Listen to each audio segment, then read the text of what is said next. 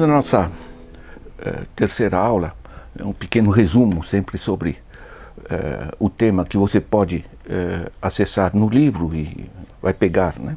Só recapitulando, nós estávamos vendo esse gigantismo do sistema corporativo que domina o planeta. Você deve lembrar, na página 44 tem aquele gráfico das bolinhas, né?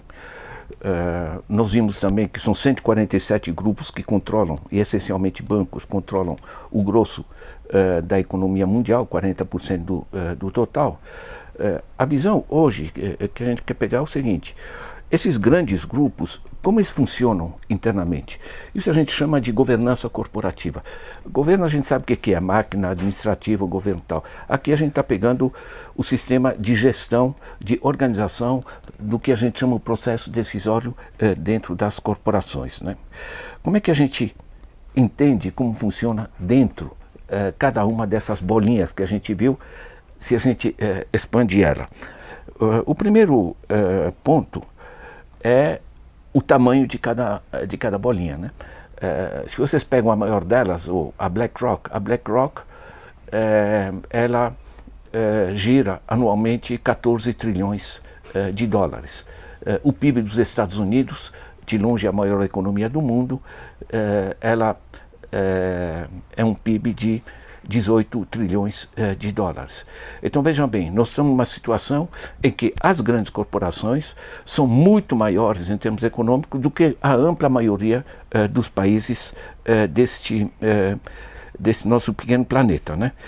Isso está aumentando, né? Porque nós temos, por exemplo, a Bayer e a Monsanto se juntam. A partir desse momento, a quase totalidade das atividades de um agricultor, desde a semente, os defensivos, assistência técnica, tudo passa por uma só corporação, e a autonomia de decisão do agricultor vai se reduzindo. Ele se torna, de certa maneira, um subcontratado dessas grandes empresas que organizam todo o processo em nível superior, não é?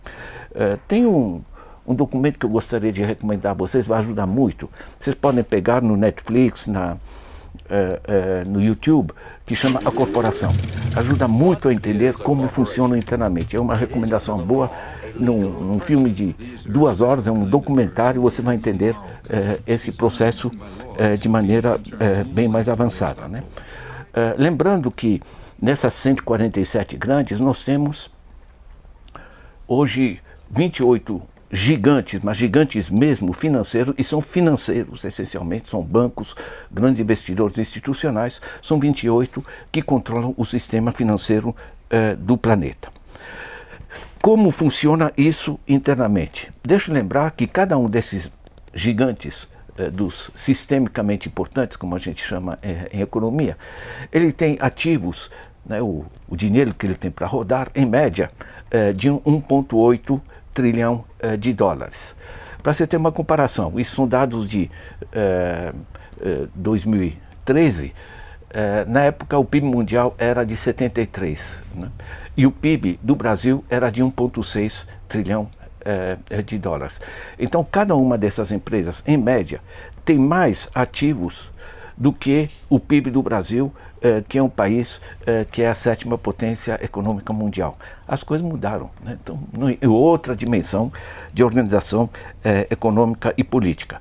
Esse conjunto de 28 grupos, eles manejam essencialmente 50 trilhões de dólares para um PIB mundial de 73, e, curiosamente, a dívida dos governos é também da ordem de 50 trilhões. Na realidade, as rédeas financeiras que esses grandes grupos financeiros têm sobre os governos vêm se fortalecendo de maneira sistemática e, evidentemente, transformando a política, né? Esses 28 gigantes cooperativos que eu menciono, você vai ter no fim do capítulo, na página 65, você vai ver muitos nomes conhecidos, como HSBC, Santander, Citibank, etc. São os grandes grupos mundiais que controlam esse sistema. Agora, entrando dentro de cada uma dessas bolinhas, de cada um desses 28 grandes grupos. Vocês têm assim, você tem o centro controlador, né? Você vai poder olhar na página 60, né? Eu fiz uma pequena pirâmide dessas coisas, né? Tem uma que controla um conjunto de outras, que por sua vez controlam outras, e forma-se uma pirâmide, uma chamada hierarquia de organização econômica, que é um problema, né? Nas Nações Unidas a gente chama isso hoje de galáxias econômicas, né? Para você ter uma ideia, este sistema vai levar a um nível médio de 7 níveis hierárquicos. Então, não é assim, não é mais aquilo que a gente via. Você tem uma empresa que tem um chefe, um Hermílio de Moraes, coisa do jeito, tem sua empresa e manda nas empresas e produz coisas. Não, você tem uma empresa, acima dessa empresa você tem um conjunto de controles sobre uma série de empresas que por sua vez são controlados por uma holding financeira, que por sua vez são controlados por um banco, e na realidade você chega a 7 hierarquias. O que acontece em geral num processo desse é o seguinte, a gente estuda isso em administração, a partir de 3, 4 níveis hierárquicos, quem está em cima acha que lá embaixo aplicam aquilo que se ordena, e quem está embaixo acham que lá em cima alguém manda, né? Na realidade, há uma desarticulação da capacidade de gestão, da capacidade de organização. Os gigantes empresariais, tal como os governos, viraram gigantescas burocracias, e isso coloca um problema da sua racionalidade e da sua utilidade em termos econômicos, em termos sociais e em termos ambientais, evidentemente. Você vai poder constatar essa complexidade burocrática das empresas pegando o gráfico da página 62, tem um monte de bolinhas dispersas, você vê como a partir de um centro se tenta administrar inúmeras atividades nos mais variados setores, nos mais variados países do mundo. Para vocês terem uma ideia, ordem de grandeza, portanto, são 7 níveis hierárquicos. Uma empresa dessa trabalha com, nesses grandes grupos, entre 27 e 164 setores. Portanto, você tem uma empresa que tem o nome de empresa, pode ser Nestlé, pode ser qualquer Bayer, coisa assim. Na realidade, a gente associa com um produto determinado, mas essas empresas produzem desde creme de beleza até armas, até bicicletas, até são acionistas da Microsoft, enfim, estão em frequentemente mais de 100 setores diferentes. Qualquer coisa que dá lucro, que tem perspectiva de dar lucro, elas compram. Pode não ter nenhuma expertise, nenhum conhecimento da área. Interessante que dá lucro. E vamos nomear alguém para pressionar, para extrair o máximo de lucro. Quer dizer, não é mais uma racionalidade empresarial, tudo aquilo que se estudou no capitalismo, que o bom empresário tem uma ideia, vai querer satisfazer os clientes, gerando a satisfação do cliente, vai ter mais lucro e coisa do gênero. Isso é coisa do passado.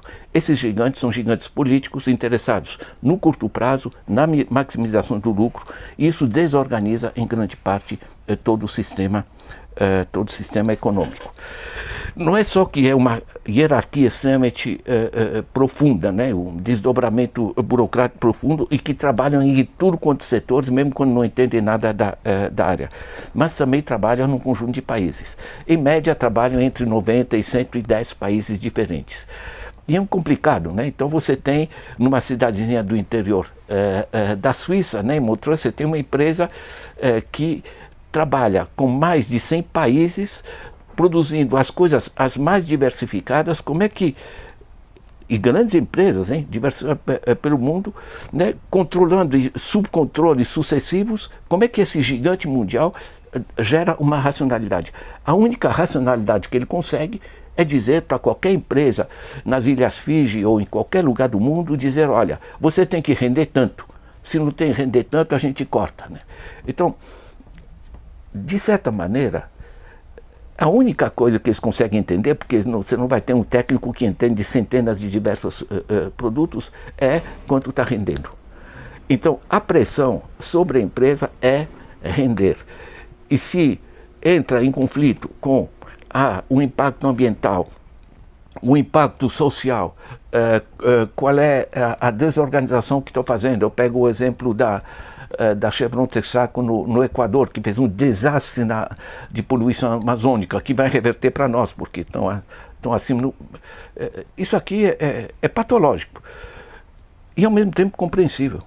É da lógica desse gigante empresarial que tem que maximizar o lucro e, portanto, quando der um problema como a Samarco, deu um problema como a Volkswagen e tantos outros, nós vamos entrar nisso na próxima aula. Na realidade, você tem uma incapacidade do governo impor os controles e incapacidade interna dessas empresas realmente se organizarem para assegurar as transformações.